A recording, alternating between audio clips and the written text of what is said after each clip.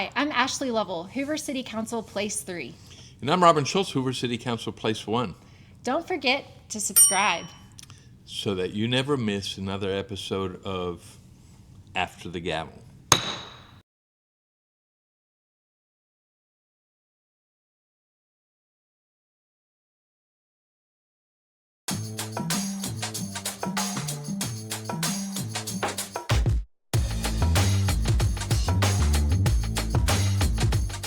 Hi, I'm Ashley Lovell. And I'm Robin Schultz. Welcome to After the Gavel.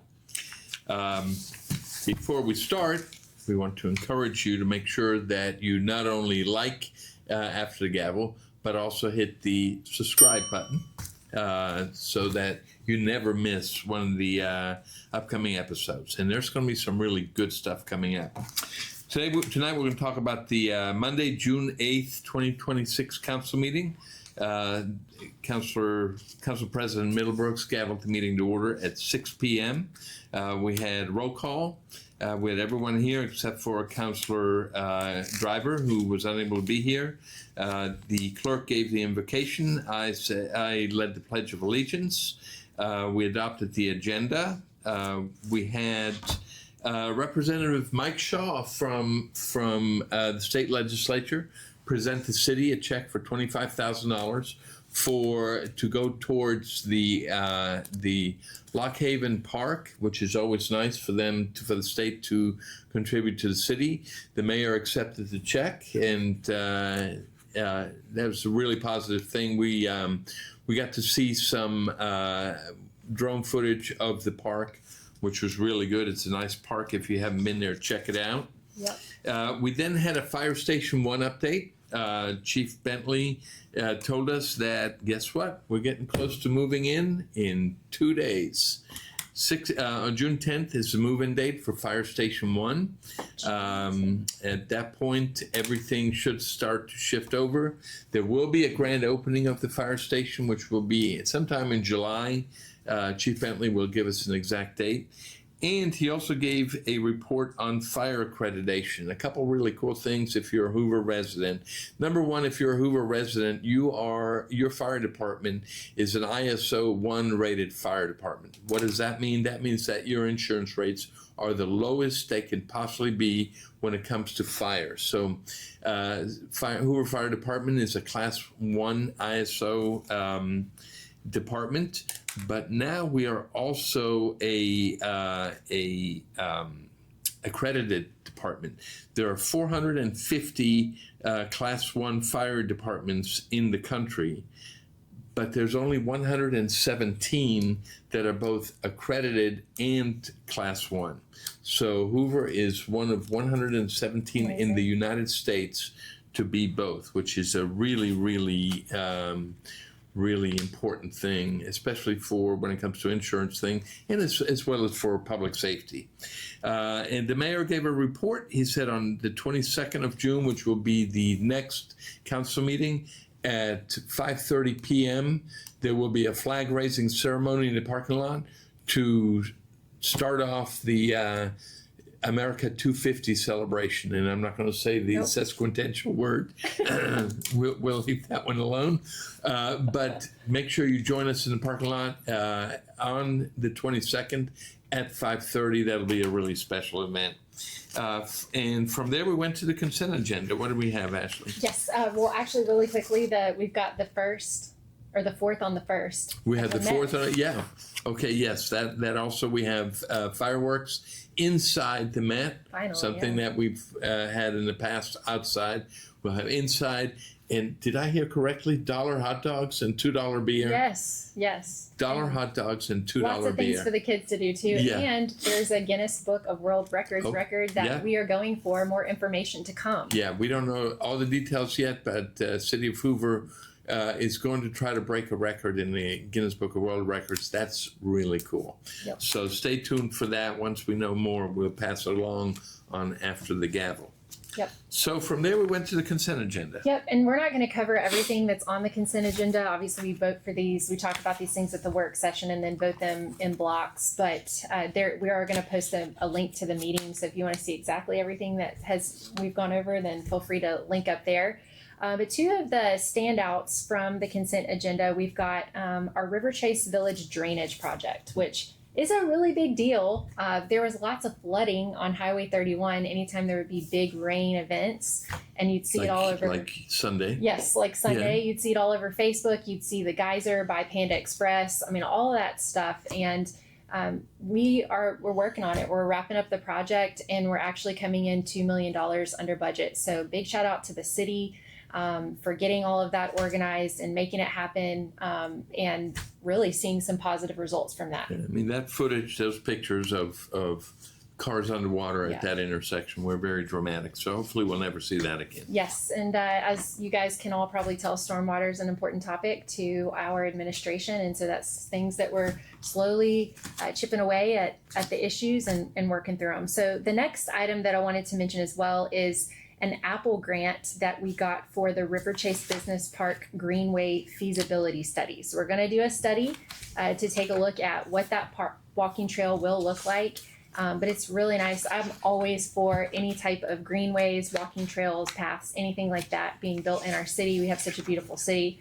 So it's one that could potentially go all the way around the River Chase Business Park and then possibly link up to other municipalities like Pelham and even the South Lake residents. You guys have expressed interest in being linked into it. So that is something that's coming down the pipeline.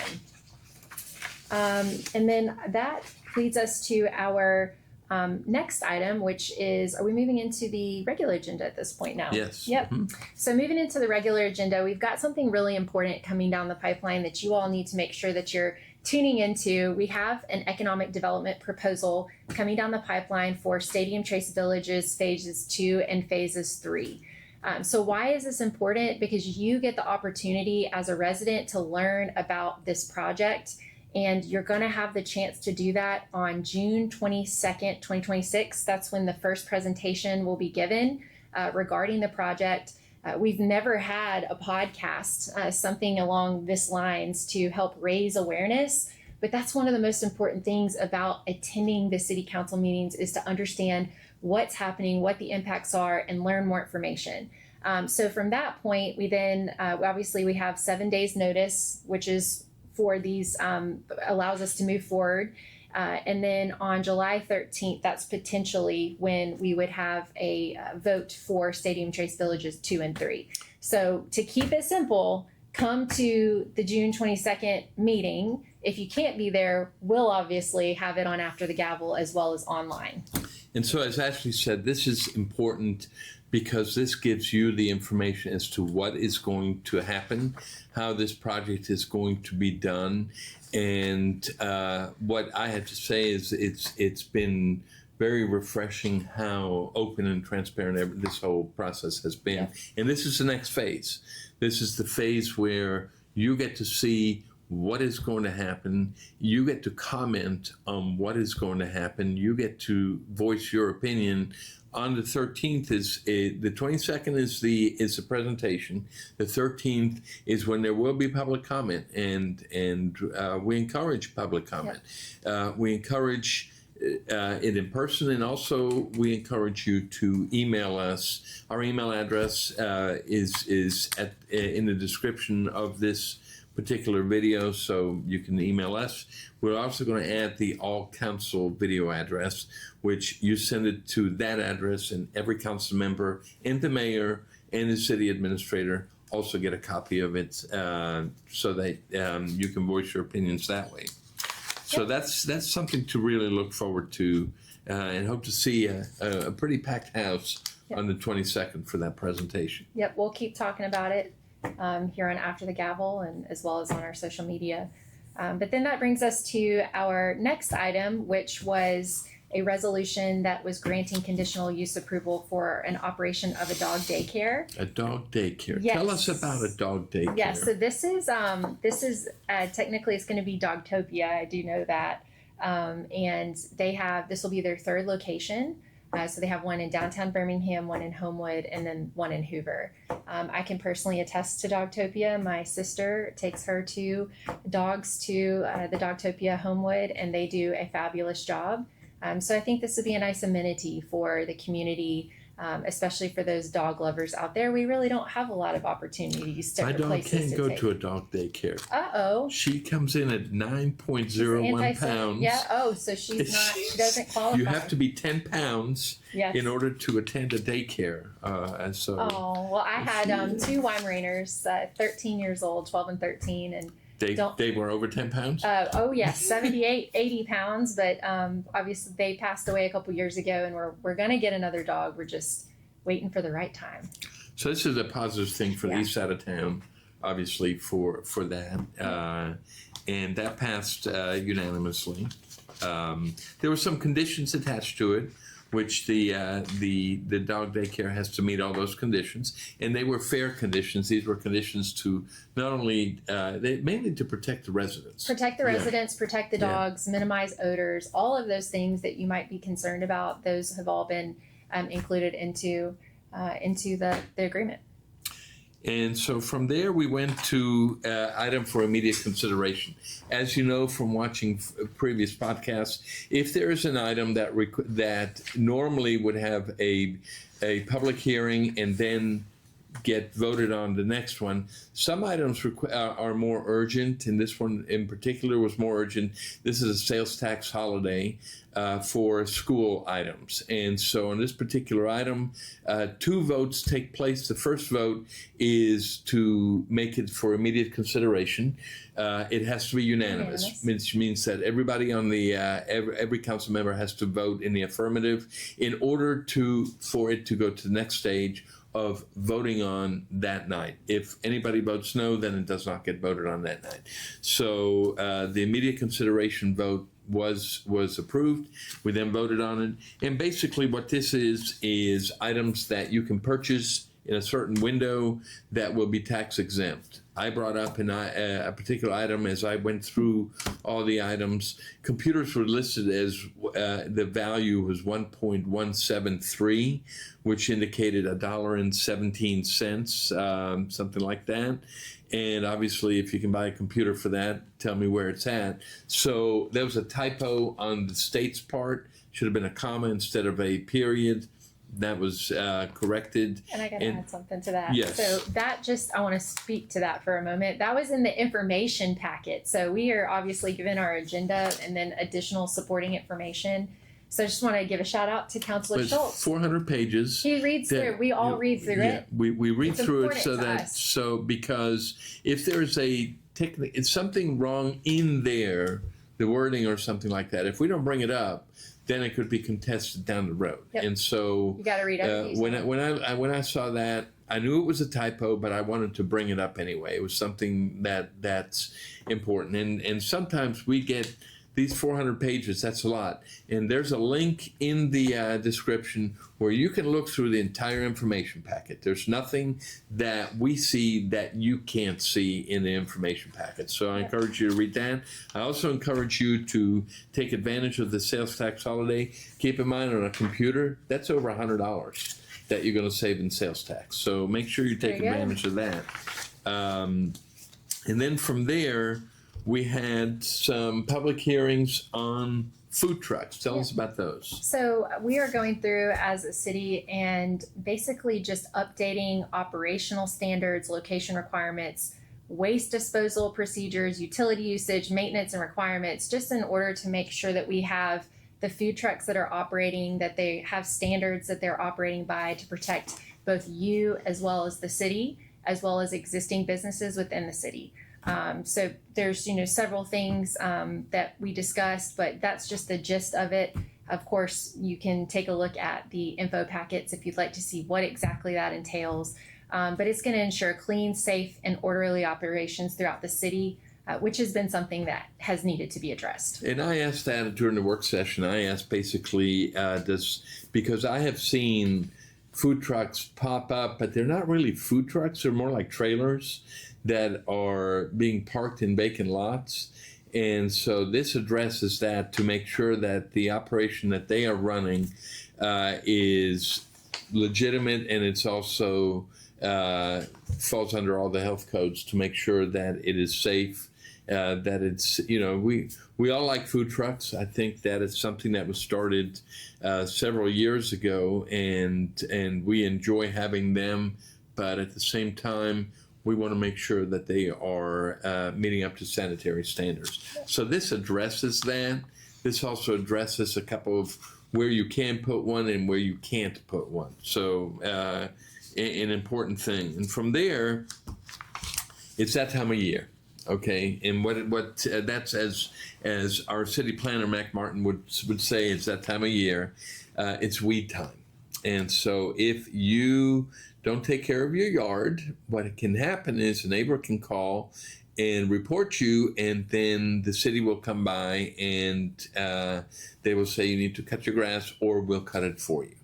And they are not going to cut it for you because of the goodness of their heart. Basically, it has to be kept to certain standards. So we had 3 items there that are going to be heard at the next council meeting. However, the clerk said that 2 of the items were removed. Yep. So they cut their grass. And the way it works real quick is I had some emails a few weeks ago of one particular residence where they were not taking care of the yard, and people were asking, well, what can we do? You can file a complaint through My Hoover Connect, the app, and that will go ahead and get to the right department, the code enforcement department. They will address it. That's the way to go about it. And by the way, as long as we're on My Hoover Connect, trash pickup, if you have any missed pickups, any issues like that, please make sure that you report it on My Hoover Connect, because that is how it can get handled quickly. When you report something, or when you use the website for it, you can do it both ways. Immediately it comes up in Public Works, and they address it as soon as possible. And finally, we had an item that will come up on the July 13th meeting, not at the June 22nd meeting, and that is conditions that nuisance and unsafe conditions, properties located in a particular apartment complex. That was discussed in detail at the work session. We'll link to the work session in the description as well. You can watch that, and where Mr. Martin addressed that. So these are items that very important. We'll be talking about those. Yeah. And that pretty much wrapped up the meeting. There was some public comments. I commented on council comments. I commented on what we had over the weekend. The Parks and Recreation Foundation had a cornhole tournament at the Brockscat Brewery. Team After the Gavel participated. Team After the Gavel did not win, but we participated. And so it was interesting. It was very interesting. It was a lot of fun. Then later that night, there was a Unite Birmingham. Scott Dawson had an event at the Hoover Met where he had Christian groups, singers. Chris Tomlin was supposed to perform last night, but due to the weather, we had lightning in the area, so they had to cancel the show. But stay tuned; it may there's may be rescheduled. And it really goes to show what a great venue the Hoover Met is. Versatile. Yeah, it's 3 weeks ago we had the SEC championship. Last night we had a concert. We're going to have football games there in the fall.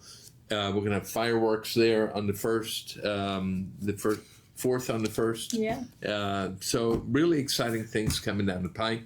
Utilizing the facilities that we have. I think that's really important. Yeah. And that pretty much wrapped up the meeting. Yep. And I've got one update that I would like to share. Yes. Yes. So many of you guys know that I did run on a platform of transparency and accountability, and intimately tied into that was our Tattersall Park discussion over on the east side of Hoover. So it's really kind of what spurred me to get involved with the city, and then ultimately decided to run for Hoover City Council to be the change that we'd like to see. So I do have an update. We did meet with EBSCO, the mayor, city staff, as well as others did meet with EBSCO last week.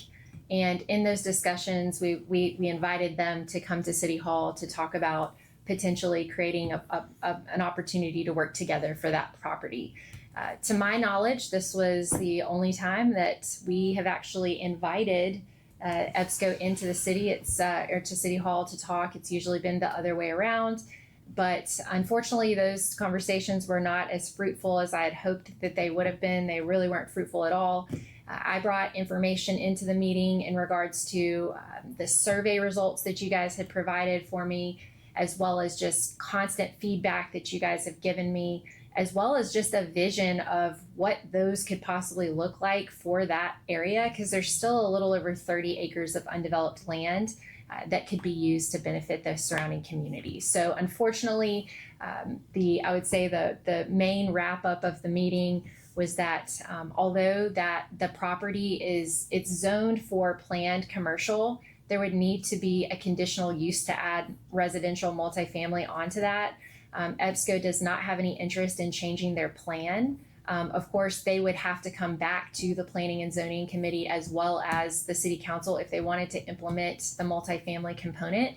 But they basically indicated that they were just fine waiting another 15 years if it took for another administration to approve their plan, or to continue to parcel it out to tire stores or to oil changes or paint stores or fast food. So those were kind of the only two options that were given. Of course, I like reporting good news. I like reporting positive news, but also transparency is about reporting the not so great news. And I would say this is probably falling into that category, but that doesn't mean that we're not going to stop advocating. We're going to think of new ways. We're going to obviously continue to advocate, continue to share what's important to the community, and we will follow back up when that time comes to share that information with you all. And that's just a segment of, or part of what the purpose of After the Gavel is to bring you information like this. I think that's huge. Yep. Okay, it really is huge. We're going to, a spoiler alert here, we're going to do a special episode on a topic that has been just flooded over over social media. We're going to do a special episode on that to kind of inform everybody on certain items, because this is something that's important to residents. It's something that's important to communities. So stay tuned for that. We're going to have a special episode on that. And we might even have a state legislator come. We as may, a guest yes, speaker for yeah. us. One thing that we're going to ask of you, it'll only take you a second. We want you to like, we'd like you to subscribe, and we'd like you to comment on anything that we cover that you may want to see in the future. Yeah. We want to get this thing, the podcast, more exposure, and we want people to know about it, and you can help doing that. And that is all I have. I am Ashley Lovell. And I'm Robin Schultz. We'll see you next time.